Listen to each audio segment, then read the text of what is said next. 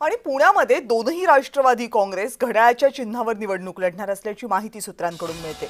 मतांचं विभाजन होऊ नये म्हणून एकच चिन्ह असेल अशी शक्यता आहे।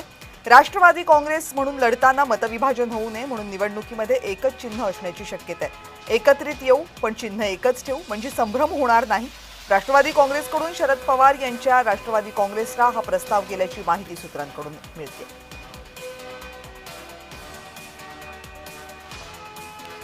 पुणे आणि पिंपरी चिंचवड या दोनही महानगरपालिकांमध्ये दोनही राष्ट्रवादी काँग्रेस या एकत्रितरित्या निवडणुकीला सामोरे जातील अशी चर्चा होती।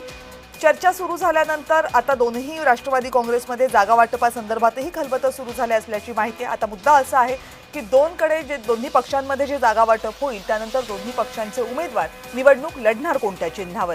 आता जी अपडेट येते त्यानुसार राष्ट्रवादी काँग्रेसचा घड्याळ या चिन्हावर या निवडणुका लढवल्या जातील अशी माहिती आहे।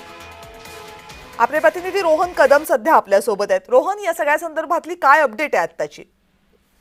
खरं तर दोन्ही राष्ट्रवादी एकत्रितपणे लढताना मतांचं विभाजन होऊ नये किंवा मतदारांसमोर ती दोन चिन्हांचा पेच निर्माण होऊ नये म्हणून एकाच चिन्हावरती जी आहे ती ही निवडणूक लढली गेली पाहिजे असा प्रस्ताव जो आहे तो अजित पवारांच्या राष्ट्रवादीकडून यापूर्वीच शरद पवारांच्या राष्ट्रवादी समोर ठेवलेला होता आणि तो प्रस्ताव आता जवळपास मान्य केल्याचं माहिती जी आहे ती सूत्रांच्या माध्यमातून मिळते। जी बैठक आज सकाळी अंकुश ठाकरे असतील किंवा विशाल तांबे असतील यांच्यासोबत अजित पवारांनी केलेली होती त्या बैठकीवरती या माध्यमातून शिक्कामोर्तब झालेला आहे की दोन्ही पक्षांनी मिळून एकाच चिन्हावरती म्हणजेच घड्याळ या चिन्हावरती निवडणूक लढायची आहे आणि त्यानंतर जागा वाटपांचा फॉर्म्युला जो आहे तो ठरणार आहे। हा प्रस्ताव सुप्रिया सुळे असतील किंवा रोहित पवार असतील यांच्यासोबत देखील काल रात्री जो आहे तो अजित पवारांच्या निवासस्थानी चर्चेला आणण्यात आलेला होता आणि या मुद्द्यावरतीच बराच काळ चर्चा जी आहे ती अमोल कोल्हे, रोहित पवार आणि अजित पवारांमध्ये झालेली होती। कारण का जर का दोन राष्ट्रवादी एकत्रितपणे लढले आणि तुतारी आणि घड्याळ असे दोन चिन्ह वेगवेगळे राष्ट्रवादीच्या माध्यमातून देण्यात आले